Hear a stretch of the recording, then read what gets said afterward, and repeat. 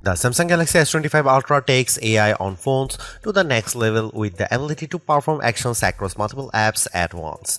It also delivers a superior camera experience along with crisp HDR video plus fantastic Snapdragon 8 Elite performance and super long battery life.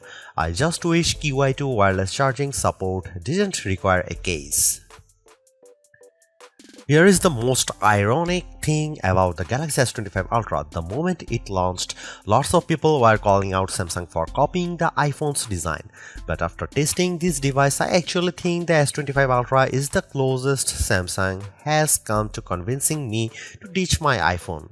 The 6.9-inch display on the latest Ultra is brighter, the cameras are more versatile and arguably just better.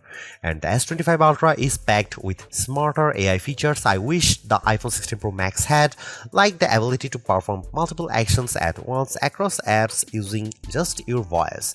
And it's all wrapped up in a design that, while phone-like, is lighter than its main rival. Samsung did cut some corners with the Galaxy S25 Ultra. The S Pen no longer has Bluetooth, and the newly added QI2 charging support forces you to buy a compatible case. No magnets here, but overall the performance, battery life and AI smarts on the Galaxy S25 Ultra add up to the best Android phone I have tested and possibly the best phone period. The Galaxy S25 Ultra has a release date of February 7 and it still starts at the same inducing starting price of $1,299 for 256GB of storage. You can upgrade to 512GB for $1,419 or 1TB for $1,659, but while pre-orders are still happening, you can get 512GB for the same price as 256GB and 1TB for usual 512GB price. Samsung is also offering up to $1,200 off, which includes up to $900 in instant trade-in credits and up to $300 in Samsung credits. As they say, haters are gonna hate, but I think some of the criticism around the Galaxy S25 Ultra's design being too iPhone-like is warranted. The sides are flat now just like the iPhone 16 Pro Max and the corners are rounded, which means the Samsung digs into your hand less than the Galaxy S24 Ultra. But I actually blame Samsung for not copying the iPhone enough. I am talking about the left and right edges of the design.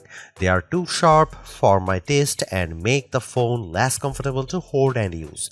Apple does a better job of beveling these edges so they are smoothed out. The titanium frame feels as sturdy as ever and the thinner bezels allowed Samsung to increase the screen size slightly from 6.8 to 6.9 inches. I also like the floating camera design on the back. It looks better than the iPhone 16 Pro Max's unsightly patch. Measuring 6.41 by 3.06 by 0.32 inches and weighing 7.69 ounces, the Galaxy S25 Ultra has nearly the same dimensions of the iPhone 16 Pro Max while being noticeably lighter than Apple's 7.99 ounces handset when I was holding both phones.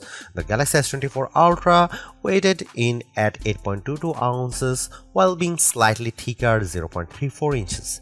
The Galaxy S25 Ultra color options are not exactly wild. They are titanium black, titanium grey, titanium silver blue and titanium white silver. I tested the silver blue hue and I think it has just enough pop without being too in your face.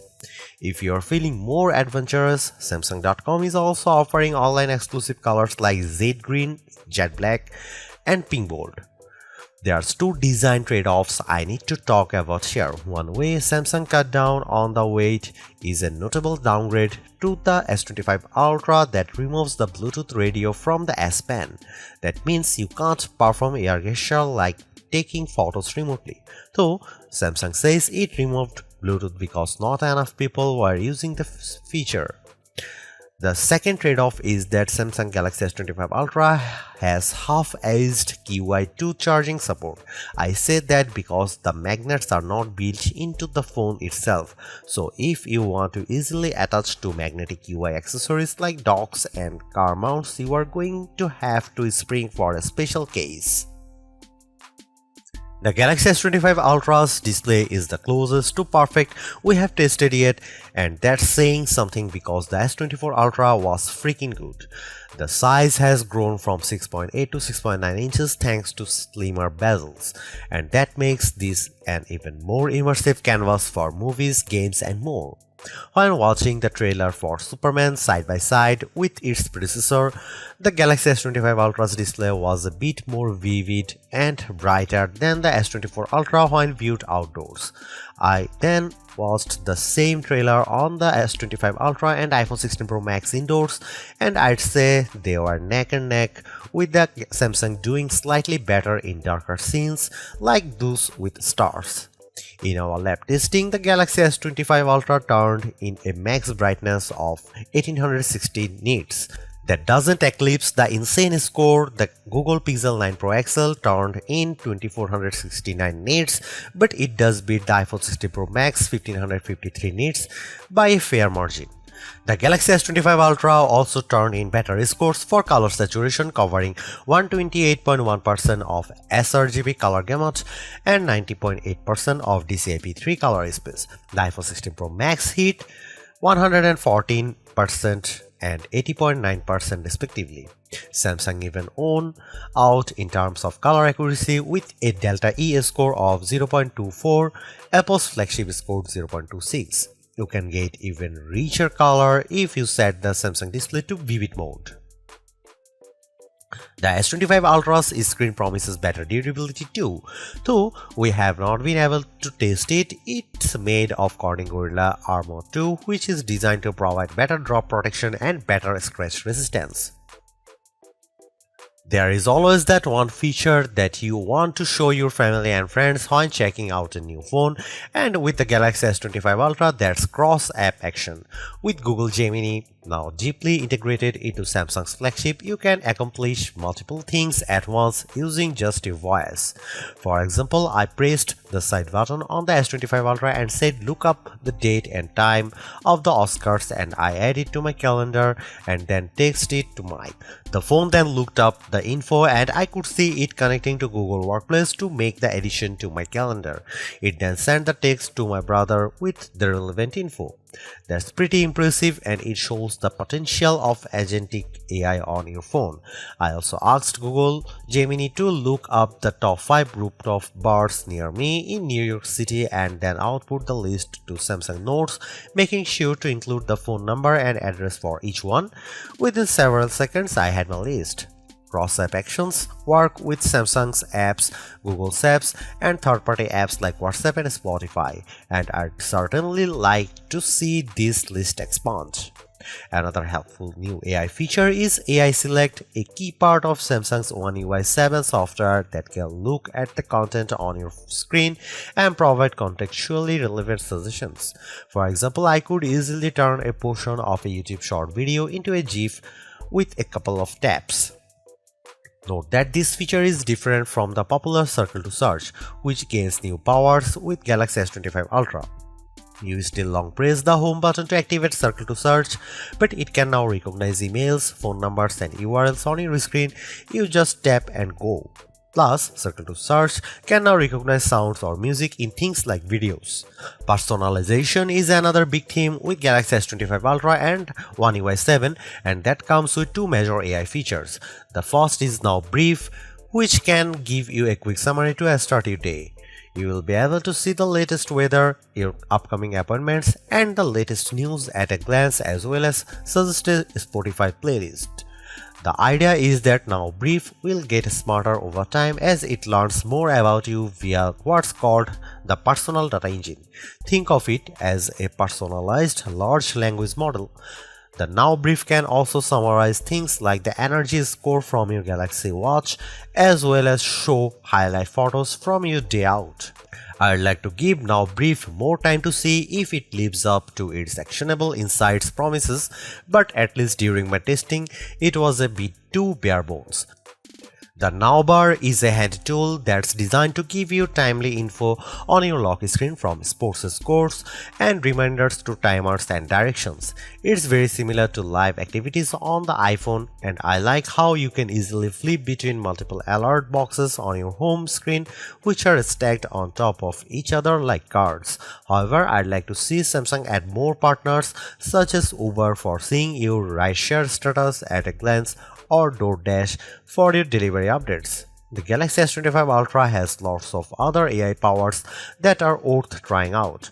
With the help of Google Gemini, I can ask about a video I am watching on YouTube and get quick answers to questions.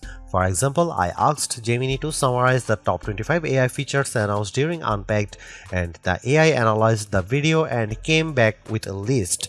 That's pretty amazing. You can also ask questions about any photos on your screen. I pressed the side button and I asked about a church I saw in St. Joseph and found out that it's the Cathedral Basilica of St. Joseph, which is an example of Romanesque revival architecture. So the S25 Ultra can easily be your tour guide.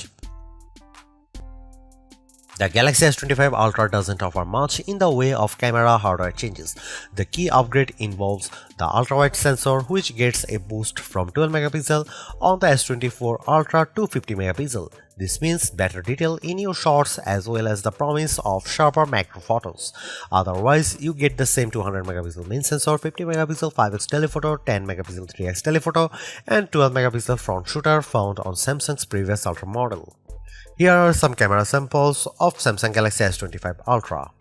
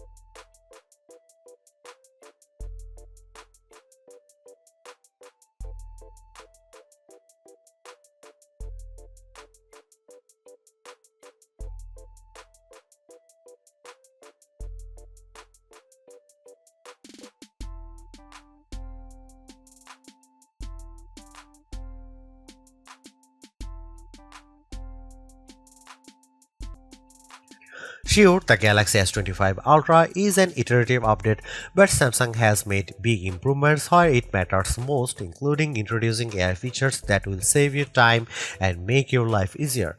The ability to perform actions across multiple apps at once using your voice has the potential to change how we interact with our phones forever. But it's clear that Samsung needs to add more partners both for this AI agent feature and for things like Now bar. I am less impressed with the Now brief, and I wish Samsung had included QI2 magnets in the phone itself so you didn't have to buy a case to connect to magnetic accessories. But overall, I really like the Galaxy S25 Ultra.